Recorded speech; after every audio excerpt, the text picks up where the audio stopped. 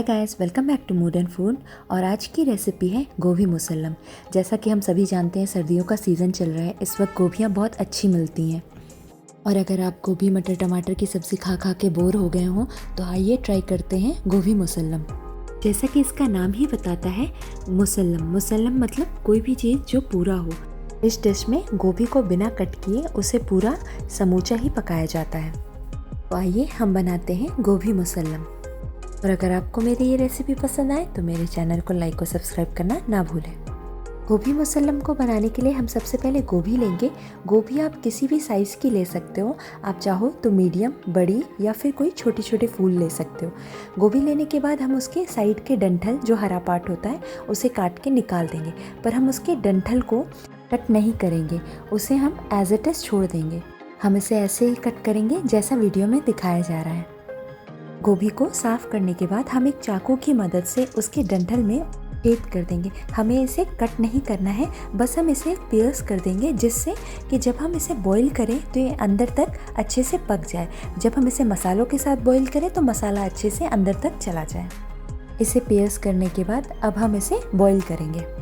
गोभी को बॉईल करने के लिए हम एक बड़े बर्तन में पानी उबाल लेंगे और हम उसमें डालेंगे आधा चम्मच नमक, और साथ में हम डाल देंगे आधा चम्मच हल्दी और आधा चम्मच कश्मीरी लाल मिर्च। हल्दी और कश्मीरी लाल मिर्च हमारी गोभी पे एक अच्छा सा कलर लेते आएंगे। ये सारे मसाले डालने के बाद अब हम अपनी साफ़ की हुई गोभी को पानी के अंदर डाल देंगे और इसे उबलने देंगे। गोभी को हम 5 से 6 मिनट के लिए मीडियम आंच पे पका लेंगे। गोभी को हम पूरा नहीं पकाएंगे, उसे हम सिर्फ आधा ही पकाएंगे। जब हमारी गोभी हाफ डन हो जाए, मतलब वो 60% तक पक गई हो, हम उसे निकाल के एक प्लेट में ठंडा होने के लिए रख देंगे। हमारी गोभी अब ठंडी हो चुकी है। अब हम इसमें स्टफिंग कर देंगे। ये थोड़ा सा यूनिक प्रोसेस है। इसमें हम आधा कप हरी चटनी लेंगे। हरी चटनी कोई भी आप जो अपने घर पे बनाते हो वही लेंगे। उसमें हम डालेंगे 3 चम्मच सत्तू का आटा। अगर आपके पास सत्तू का आटा नहीं है तो आप भुना हुआ बेसन भी डाल सकते हो। हरी चटनी और सत्तू को मिक्स करने के बाद हम उसे गोभी में स्टफ़ कर देंगे। गोभी का जो डंठल का हिस्सा है, उस साइड से हम चटनी को स्टफ़ करना शुरू करेंगे। वो धीरे धीरे पूरी गोभी में अंदर चली जाएगी। ये देखिए, ये आप देख सकते हैं हरी चटनी अंदर तक पहुंच गई है। गोभी को हम ऐसे स्टफ़ करके अलग रख देंगे। हम गोभी मुसल्लम की ग्रेवी तैयार कर लेंगे। ग्रेवी बनाने के लिए हम एक कढ़ाई लेंगे। उसमें हम डालेंगे 2 से 3 चम्मच घी या तेल। फिर हम उसमें डालेंगे 1 इंच दालचीनी, 1 तेज पत्ता, 2 इलायची और 2 लौंग। ये सारी चीज़ें डाल के हम इसे एक बार अच्छे से भून लेंगे। फिर हम इसमें डालेंगे 1 बड़ा चम्मच अदरक लहसुन का पेस्ट और उसे अच्छे से भून लेंगे।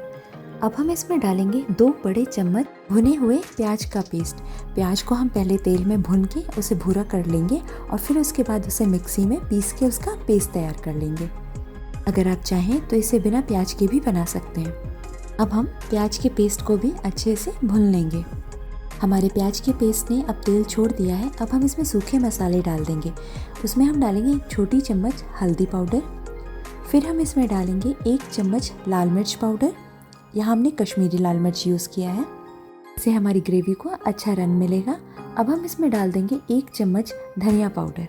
साथ में हम डाल देंगे आधा चम्मच गरम मसाला पाउडर और आधा चम्मच कसूरी मेथी। आप चाहें तो कसूरी मेथी अवॉइड भी कर सकते हैं। सारे मसाले डाल के हम फिर से इसे 30 सेकेंड के लिए अच्छे से भून लेंगे।